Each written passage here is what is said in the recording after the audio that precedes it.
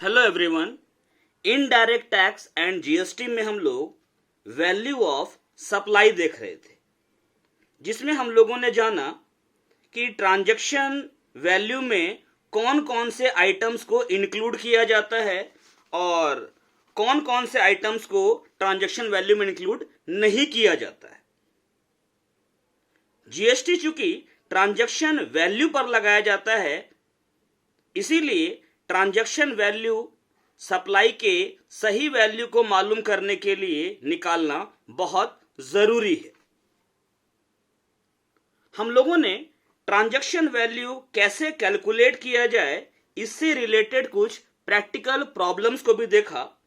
आगे बढ़ते हुए आज हम देखेंगे सप्लाई का वैल्यू जब सेक्शन 15 सब सेक्शन 1 के अकॉर्डिंग डिटरमाइन नहीं किया जाए या गवर्नमेंट के द्वारा नोटिफाइड सप्लाई का वैल्यू कैसे डिसाइड किया जाए। Supplies where value can not be determined under section 15 sub section 1 and value of supply notified by the government.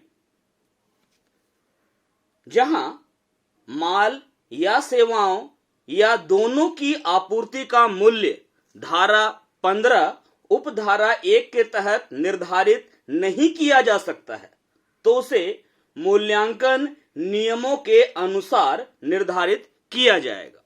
Where the value of the supply of goods और services और both can not be determined under section 15 sub section 1, the same shall be determined as per the valuation rules। इसके अलावा सरकार द्वारा अधिसूचित की जाने वाली आपूर्ति के मूल्य को भी मूल्यांकन नियमों के अनुसार निर्धारित किया जाएगा। Further the value of such supplies as may be notified by the government shall also be determined as per valuation rules। Rules for determination of value of supply, आपूर्ति के मूल्य के निर्धारण के लिए नियम। Valuation rules are applicable in the following cases। 6 condition है जहां पर मूल्य निर्धारण के नियम लागू होते हैं।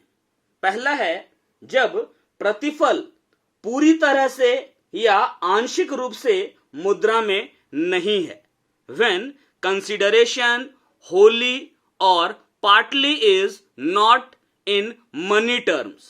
और नंबर 2, जब व्यक्ति एक दूसरे से भिन्न या संबंधित होते हैं, when parties are distinct और related। और थर्ड है किसी एजेंट द्वारा की गई आपूर्ति, सप्लाई बाय एन एजेंट, और supply bye specified category of supplier, supplier की निर्दिष्ट श्रेणी द्वारा की गई आपूर्ति, या supply of services in case of pure agent, केवल अभिकर्ता प्योर एजेंट की दशा में सेवाओं की आपूर्ति, या अंतिम है value inclusive of all taxes, आपूर्ति मूल्य सभी करों सहित।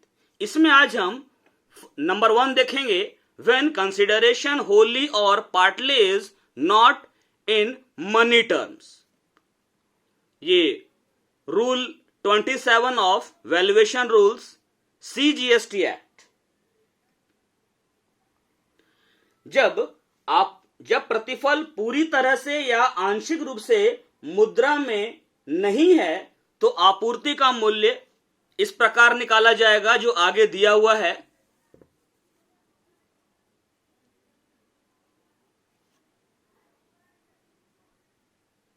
ए है B the open market value of such supply, ऐसी आपूर्ति का मूल्य खुला बाजार मूल्य होगा। उदाहरण के लिए जहां नए फोन की आपूर्ति पुराने फोन के बदले में 20,000 रुपए में की जाती है, और यदि नए फोन की कीमत विनिमय के बिना, एक्सचेंज के बिना 24,000 रुपए की है तो नए फोन का खुला बाजार मूल्य 24,000 रुपए माना जाएगा। एग्जाम्पल दिया है, where a new phone is supplied for ₹20,000 along with the exchange of an old phone, and if the price of the new phone without exchange is ₹24,000, the open market value of the new phone is ₹24,000। 24,000 रुपए का एक नया phone लिया गया है 20,000 रुपए में, और बदले में पुराना फोन दिया गया है जिसकी कीमत 4,000 रुपए लगाई गई है। मतलब नया फोन ले रहे हैं पुराना फोन देकर, ठीक है। नए फोन की कीमत 24,000 है, लेकिन चूंकि हम पुराना फोन बदले में दे रहे हैं इसलिए हमको केवल 20,000 का पेमेंट करना पड़ रहा है। तो इस केस में चूंकि नए वाले फोन का वैल्यू 24,000 है, इसीलिए हमारा सप्लाई का वैल्यू यहां पर 24,000 माना जाएगा और इसी पर टैक्स लगाया जाएगा। दूसरा है, यदि खुला बाजार मूल्य उपलब्ध नहीं है तो सप्लाई का वैल्यू इस प्रकार होगा,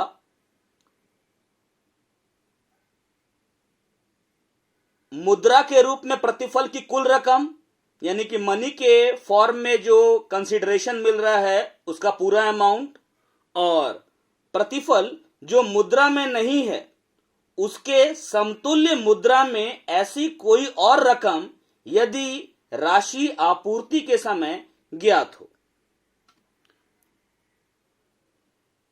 मतलब क्या है, पहले वाले केस में क्या है कि कंसीडरेशन पूरा मनी में तो नहीं है, लेकिन यहां पर ओपन मार्केट वैल्यू 24,000 हमको मालूम था। अब दूसरे वाले केस को लेते हैं, यहां पर मान लेते हैं कि पुराना फोन देकर नया फोन लिया गया 20,000 रुपए में, ठीक है। पुराने फोन की कीमत 4,000 रुपए लगाई गई और एक्सचेंज के कारण नए फोन की कीमत 20,000 रुपए लगी, और नए वाले फोन का जो ओपन मार्केट प्राइस है वो हमको नहीं पता है। तो इस केस में नए वाले फोन का सप्लाई का वैल्यू 24,000 होगा। 20,000 जो कंसिडरेशन मनी के फॉर्म में है और 4,000 जो पुराने वाले फोन के बदले में जो इक्विवेलेंट कंसिडरेशन है, जो एडजस्ट किया जा रहा है, वो दोनों ऐड करके। एग्जाम्पल है यहां पर, where a laptop is supplied for ₹40,000 along with a barter of printer that is manufactured by the recipient, and the value of the printer known at the time of supply is ₹4,000, but the open market value of the laptop is not known. The value of supply of laptop is ₹44,000।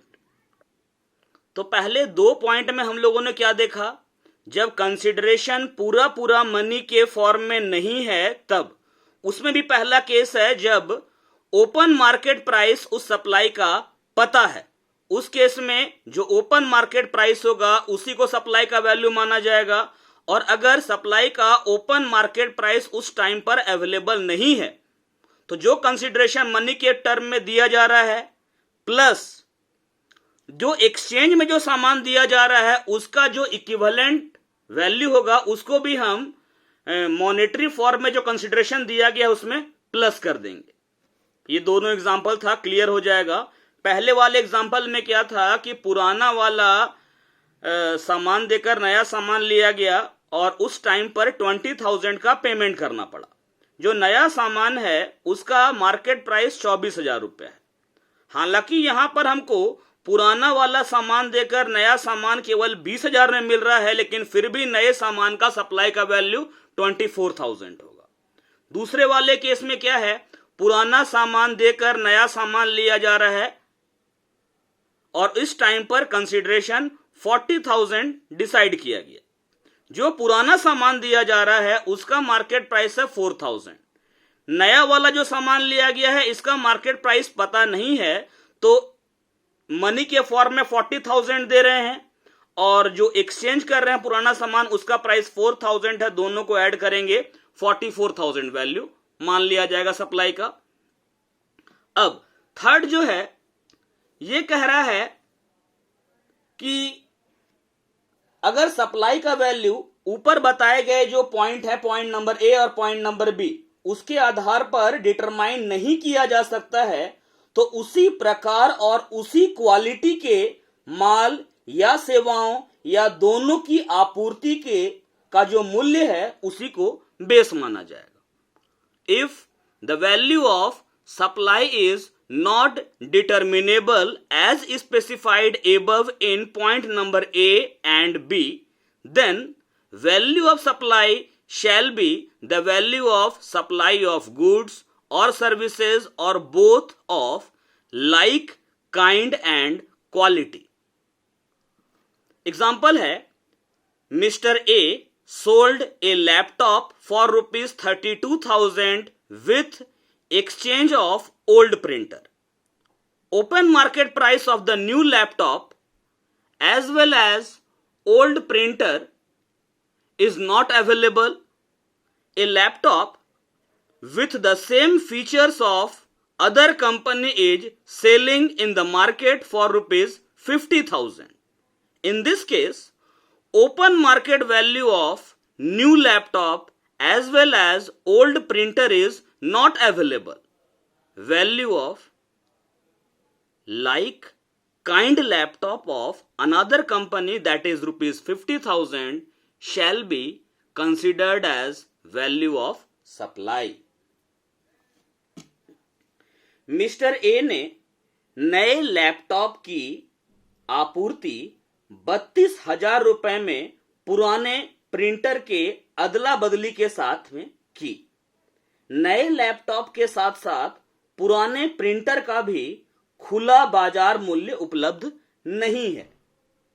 अन्य company का उसी प्रकार और उसी quality वाला laptop बाजार में 50,000 रुपए का बिक रहा है। इस मामले में नए लैपटॉप के साथ साथ पुराने प्रिंटर का ओपन मार्केट वैल्यू अवेलेबल नहीं है। किसी अन्य कंपनी के इसी प्रकार के लैपटॉप का मूल्य यानी 50,000 रुपए को सप्लाई का वैल्यू मान लिया जाएगा।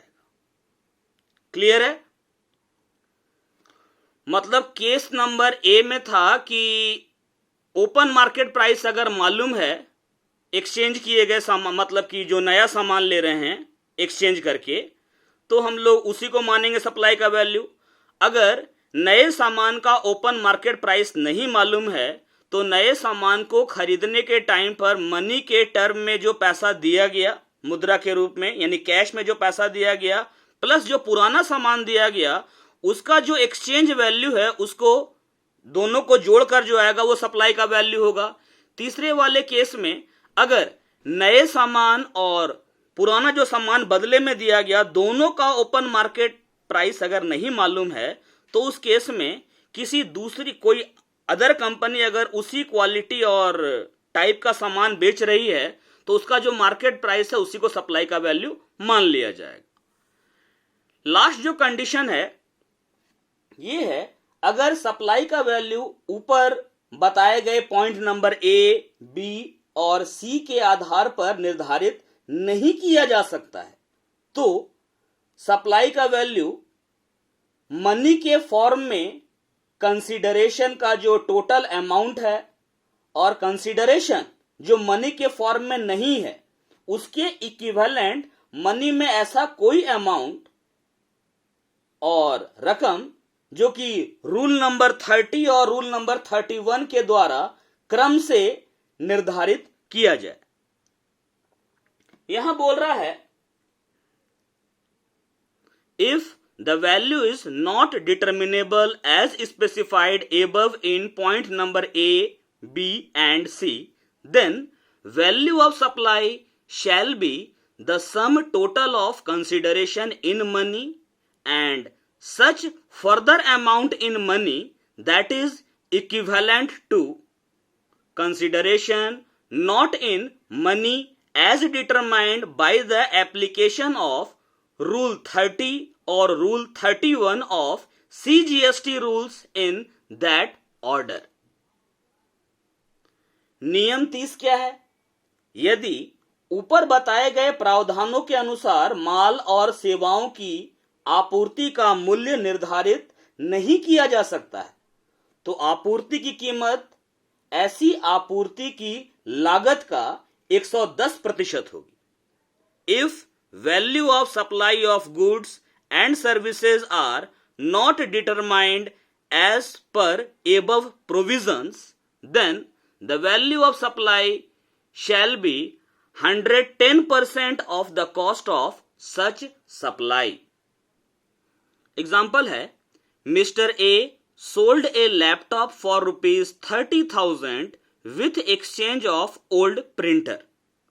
Open market price of the new laptop as well as old printer is not available. Product of same like kind and quality is also not available in the market. Cost of purchase of laptop is rupees 35,000. In this case, open market value of new laptop as well as old printer is not available. Further, value of like kind is also not available. Hence, value of supply will be cost of acquisition plus 10%. That is 35,000 plus 10% of 35,000, 3,500 होगा, दोनों plus करेंगे 38,500। Mister A ने नए laptop की आपूर्ति पुराने printer के अदला बदली के साथ 30,000 रुपए में की, लेकिन नए लैपटॉप के साथ साथ पुराने प्रिंटर का ओपन मार्केट प्राइस अवेलेबल नहीं है। मतलब पुराना वाला प्रिंटर देकर नया लैपटॉप लिया गया 30,000 में, न तो नए लैपटॉप का ओपन मार्केट प्राइस पता है हमको और न ही पुराना प्रिंटर जो कि एक्सचेंज में दिया गया उसका ओपन मार्केट प्राइस पता है। बाजार में उसी प्रकार और उसी क्वालिटी वाला कोई प्रोडक्ट अवेलेबल नहीं है। लैपटॉप को खरीदने का कॉस्ट था 35,000। इस मामले में चूंकि नए लैपटॉप के साथ साथ पुराने प्रिंटर का ओपन मार्केट प्राइस अवेलेबल नहीं है और उसी प्रकार और क्वालिटी वाले प्रोडक्ट का भी प्राइस अवेलेबल नहीं है, इसीलिए सप्लाई का वैल्यू एक्विजिशन कॉस्ट का 110% होगा। मतलब 35,000 प्लस इसका 10% 3,500 मिलाकर आएगा 38,500। आगे बढ़ते हैं।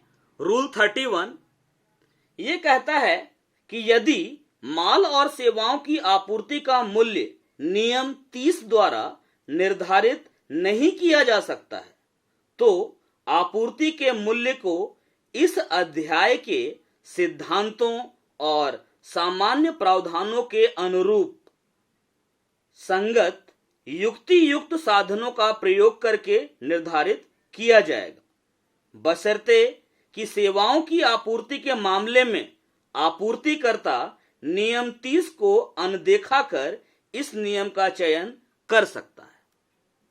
If value of supply of goods and services are also not determined by rule 30, then value of supply shall be determined using reasonable means consistent with the principles and general provisions of this chapter, provided that in the case of supply of services the supplier may opt for this rule ignoring rule 30। फिर से एक बार rule देख लेते हैं। Value of supply where consideration not wholly in money, rule 27 of valuation rules 2017। Where the supply of goods और services is for a consideration not wholly in money. यदि माल या सेवाओं की आपूर्ति का प्रतिफल पूर्णतः मुद्रा के रूप में नहीं है तब आपूर्ति का मूल्य होगा। ए नंबर पॉइंट है, the value of supply shall be the open market value of such supply. ऐसी आपूर्ति का खुले बाजार में प्रचलित मूल्य। बी नंबर है, if open market value is not available the value shall be consideration in money plus any such further amount in money as is equivalent to the consideration not in money. यदि खुले बाजार में मूल्य उपलब्ध नहीं हो तब मूल्य क्या होगा? मुद्रा में प्रतिफल जोड़ आपूर्ति के समय ज्ञात राशि का बाद में मुद्रा में भुगतान। If the value of supply is not determinable under clause A और B, value shall be the value of supply of like kind and quality. अगर ए और बी के अधीन यदि आपूर्ति का मूल्य निर्धारित नहीं किया जा सके तब आपूर्ति का मूल्य उसी गुणवत्ता या मात्रा के माल या सेवाओं के मूल्य के समकक्ष होगा।